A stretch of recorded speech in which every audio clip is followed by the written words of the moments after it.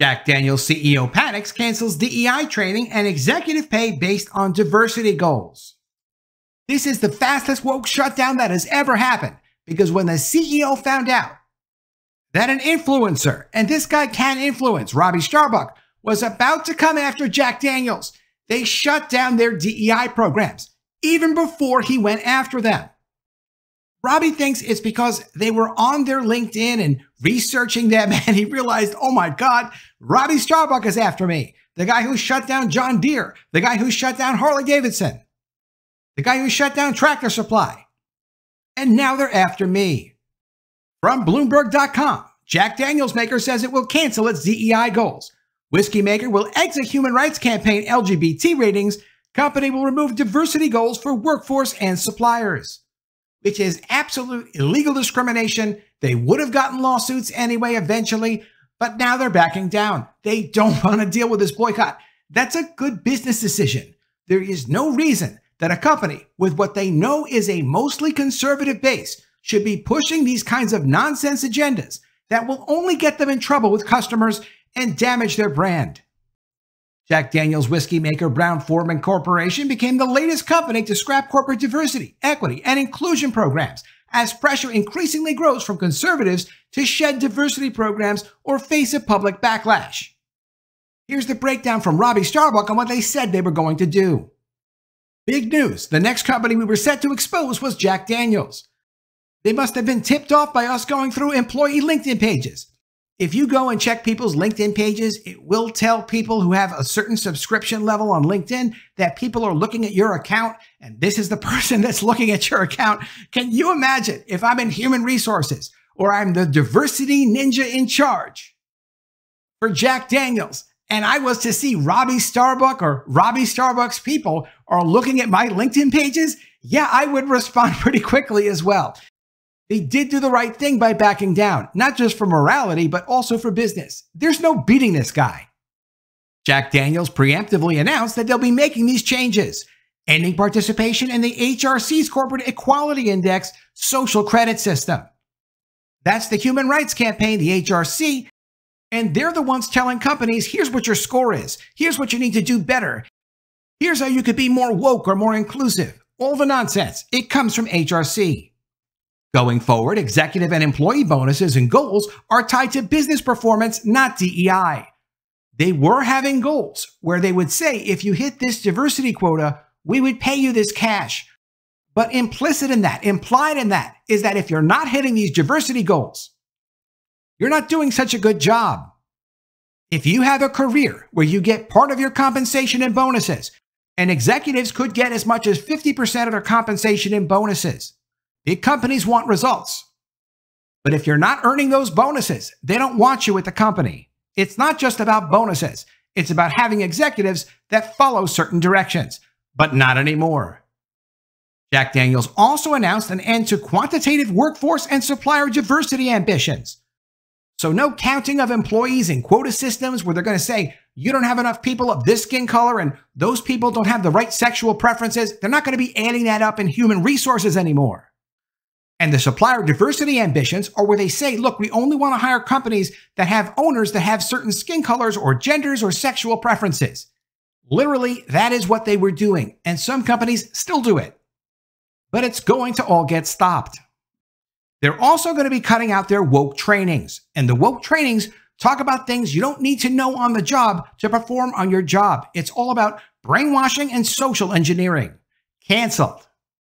Robbie Starbuck, the influencer behind these campaigns, went on to say, we're now forcing multi-billion-dollar organizations to change their policies without even posting, just from fear they have of being the next company that we expose.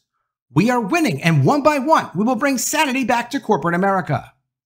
And I highly recommend checking out Robbie Starbuck's Twitter page. He does have a subscription option where you can give him $5 a month to help him with what he's trying to do. He does have a team, and this is how they pay their bills and make their money. And man, are these guys effective.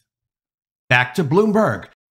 The decision follows similar moves in recent months from Harley-Davidson, Tractor Supply, and Deere & Company, who were targeted by Robbie Starbuck. And we will go over word for word what the Jack Daniels CEO had to say to his employees. companies are caught in a cross-current of competing ideals on corporate diversity initiatives. A Washington Post poll in April found 61% of adults think DEI programs in the workplace are a good thing. But a majority of respondents said that companies shouldn't take a stance on current events in a recent survey from Bentley University and Gallup. Eric Bloem, HRC's vice president, that's the Human Rights Campaign, said that businesses were making short-sighted decisions, quote, hastily abandoning efforts that ensure fair, safe, and inclusive work environments for LGBT people based on manufactured outrage from MAGA bullies is bad business. Now get this, businesses often publish their spot in the HRC rankings in their recruitment material. For its part, Brown-Forman, the owner of Jack Daniels, previously had a perfect score of 100 on the index. So they were doing literally everything they were told to do by the HRC people. Starbuck's earlier targets have already made changes after anti-DEI campaigns that he successfully led. And what's great here is they identify when he started the campaign and when they took the action. Over at Tractor Supply, he started his anti-DEI campaign on June 6th.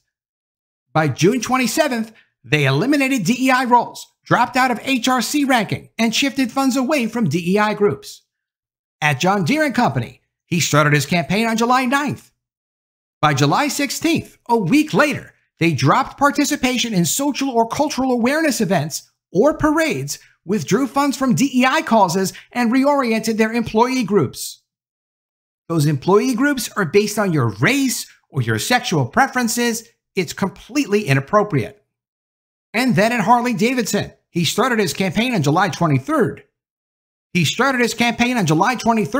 And then by August 19th, Harley-Davidson confirmed the end of DEI roles at their company, pulled out of HRC ranking, eliminated socially motivated training, and cut minority supplier program goals. Those minority supplier program goals are really inappropriate because they don't have suppliers competing based on what they can do for the company. They're competing based on their skin color or their sexual preference or maybe their gender. How can you run a business that way? Completely inappropriate. You really can't. The business suffers, the customer suffers, and the investors suffer. Back in 2020, Lawson Whiting, CEO of Jack Daniels and Brown-Forman, made this statement: "We will do more to fight disturbing and systemic racism." Literally, there is nothing that this guy can do to change systemic racism. First, it doesn't exist. Secondly, you run a liquor company. You sell liquor to people. That's actually not even healthy for people. Maybe you should sell oranges or other fresh fruit. But thinking that with your public company, you're going to make some kind of a change in the social environment is completely ridiculous. Go ask investors if they want you to do that. Of course they don't, because be upfront and be honest. It has nothing to do with taking care of the customer. It has nothing to do with taking care of employees. And of course you can't have that influence on the culture. A complete waste of resources and something they do just for their own personal benefit. When management does this, they should be charged criminally. They're stealing from the company. And that's just my opinion, but that's how I feel. If I'm an investor, I didn't tell you to take my money and my resources and put them into some social goal that you can't possibly achieve. Am I supposed to judge you based on your social goal or the success of the business? What am I even supposed to judge you based on? Aren't I just trying to get a return on my investment so I can have a decent retirement, and you're trying to save the world, which you know you can't do? Completely illegitimate. Leaked from inside of Jack Daniels, here's the exact email they sent out to their employees talking about how they're canceling DEI. Dear colleagues, Brown-Forman and the owners of Jack Daniels was founded more than 150 years ago on the promise of delivering nothing better in the market. This enduring promise, coupled with our core values of integrity, respect, trust, teamwork, and excellence, has enabled us to build some of the world's most iconic spirits brands and cultivate a culture of inclusion.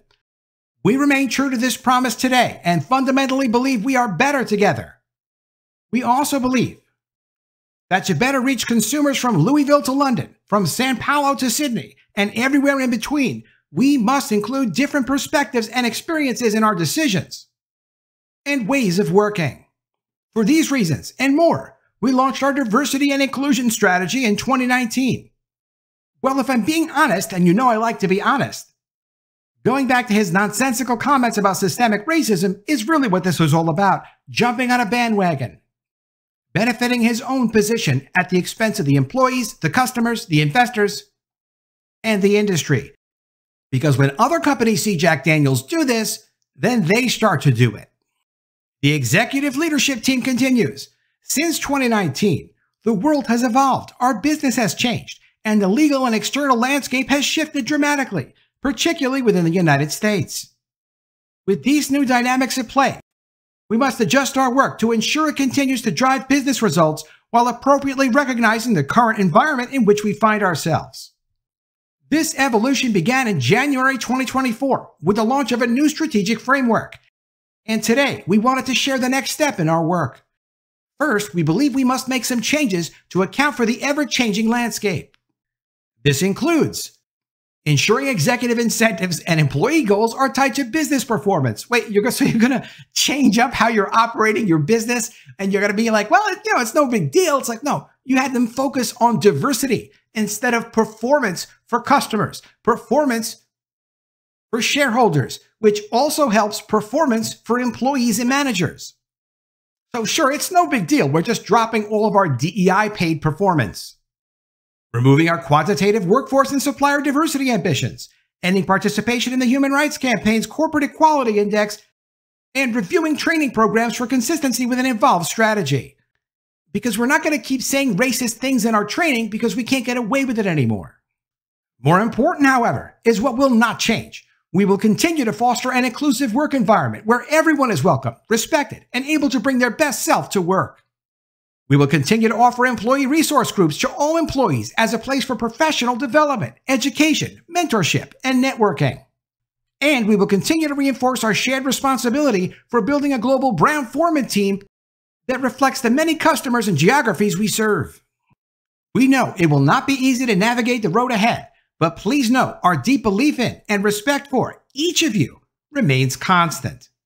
We are continually inspired by your passion for our brands, your dedication to our business, and most importantly, your care for each other. It is because of you that we will continue to deliver nothing better in the market today and for generations to come. With respect and appreciation, Jack Daniels.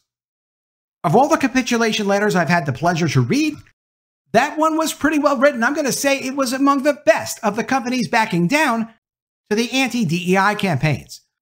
From Bloomberg, even they have to give respect because you can't argue with results. Results creates relevancy. And these anti-DEI campaigns are highly relevant to corporate managers. From Bloomberg, DEI has a new nemesis, and he's good at his job. Conservative commentator Robbie Starbuck bullied Harley-Davidson into dropping DEI. His strategy is clever, but it's based on a fallacy. It's not a fallacy, it's reality. These guys have left reality, so they see reality as a fallacy and fallacies as reality. Let's continue. Earlier this week, Harley-Davidson became the latest company to drop its diversity efforts after being targeted by right-wing commentator Robbie Starbuck. It's amazing. He's got two of these guys in 1 week. Shifting gears, Harley-Davidson slashes DEI initiatives. Since early June, Starbuck has been exposing companies whose diversity and sustainability commitments he says are out of alignment with their customer base. Fashioning himself as some kind of conservative muckraker, he inundates his followers on social media with explainers about the injection of wokeness into corporate America. Follow this guy on Twitter. He does have a lot of great tweets. So far, Starbuck has shown he has quite the knack for it. In addition to the motorcycle manufacturer, agricultural equipment maker Deere & Company, and farming goods retailer Tractor Supply have also cut DEI efforts following Starbucks' attacks. It's amazing what he could get done with his research team, but really his Twitter account. If Elon Musk had not bought Twitter and freed it from the people that control Twitter, his tweets would not have gotten out and word would not have gotten around. None of these companies would have backed down. On the surface, keeping politics out of business seems like a reasonable ask and one most Americans increasingly say they agree with. But is that really what Starbuck and his ilk are doing? There's a difference between a political issue and a politicized one, and conservatives have gotten very good at blurring that distinction to their advantage.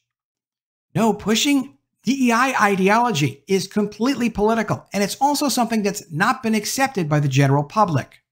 It's something that's been forced on the general public through various abuses of power, from government to companies to media. It's completely inappropriate and totally absurd. So to question it and call it a political agenda is completely correct. She continues to complain. Anything that runs counter to their agenda, whether it's combating climate change or creating a diverse workplace, gets thrown into the former category alongside the argument that there's no place for it in the workplace. In reality, there is no true neutral ground here. Operating a company in a way that results in a less diverse workplace or more carbon emissions can also be viewed as advancing a political agenda. No, it actually can't, because the political agenda is just do what you're qualified and responsible to do. Don't take investor money and go push a political agenda. That's not actually even legal to do. They've been doing it anyway. That doesn't make it legal. It just means they've gotten away with it up until this point. A group of faith-based investors is using something very close to Starbucks' playbook against big retailers like Costco Wholesale Corp and Walmart as they pressure them not to sell the abortion pill mifepristone. But we're advocating for companies to just stick to their knitting and do a good job for customers and stay out of divisive social issues, said the CEO of one of the investing firms in the coalition. I noticed she didn't give that CEO's name. If they talk about a poll or if they talk about any other kind of quotation, they always refer, where is this from? But not with that, because, that's a pretty common sense statement, and anyone reading this might actually want to go and look up what else that CEO had to say, but not here. And you'll see more of what I'm saying in a moment. Retailers providing illegal medication essential to women's productive health should not fall into the category of a social or political issue, but here we are. Well, it is a political decision on what they're going to do with abortion, so I can't tell you what to do, but I can tell you that the decision has gone back to the states, which is constitutional, so they can make a decision there. It's a cunning strategy that capitalizes on the shifting mood of the public. A recent poll by Gallup and Bentley University found that Americans increasingly say they don't want to hear from businesses on current events, with just 38% saying that businesses should take public stances, a decline of 10 percentage points since 2022. And notice we're getting a reference of Gallup and Bentley University. Unlike that mysterious investment CEO who said that companies should just focus on their knitting, focus on delivering for their customers and their investors. Starbuck has made it clear he's not done yet, telling companies, quote, "Don't wait for me to come to you." Management teams seem to be taking his threats seriously, with Bloomberg News reporting that Polaris, which produces Harley competitor Indian Motorcycle, deleted mentions of DEI from its website this month. That's a company that Starbucks didn't even get around to yet. The company Polaris said in a statement it had taken the action because DEI has evolved from a general term into something increasingly politicized with varying interpretations. Rather than capitulating to Starbucks, companies should push back against his framing of DEI as a political issue and instead recast it as a business one. As Laura Morgan Roberts, a professor at the University of Virginia's Darden School of Business, just wrote yesterday for Bloomberg Opinion, having a diverse workplace prevents employers from remaining comfortable with the status quo or succumbing to groupthink. As she notes, DEI increases performance standards, leads people to question their assumptions and commit more fully to their employer. And it helps find and promote extraordinary talent that would otherwise be overlooked. There have been DEI studies that came out from a company called McKinsey & Company. In my opinion, those studies are fraudulent. They've been questioned. McKinsey tries to claim that just having what they call a diverse workforce will all of a sudden give companies improvements in their financial results. Of course, that does not happen. They can't point to that happening. There is no causation for it, or we would see those articles day and night. McKinsey also doesn't make clear enough that they actually do these consulting programs for DEI. They make money off of pushing the agenda. And then they're going to produce a study saying that pushing their agenda makes the company more money? Completely ridiculous. And I will say, if there was some way that just hiring people who looked a certain way or had a certain sexual preference or were a certain gender or had recently changed their gender, if that could actually make more money for companies, companies would have been doing it. They would still be doing it. They're not able to do it quite as much anymore. And finally, she says, Starbuck claims he wants to, quote, make work work again. But we know that historically work hasn't worked very well for those who aren't white and male. That's a completely outrageous and inaccurate statement. Companies' commitment to DEI was starting to change that. They shouldn't let Starbucks' bullying tactics end it. There is no bullying going on from Starbuck. All he's doing is some basic journalism. And then he's letting these companies know that he's going to let the public know what's actually going on inside these companies. That's not bullying. That's actual journalism, which apparently Bloomberg needs to learn something about. Let me know what you think of all this in the comments below. Always love to see your ideas. Please be sure you are subscribed to the channel. Click the bell for notifications, give me a thumbs up, and I'll see you again soon with another story. And if I don't see you, I will miss you.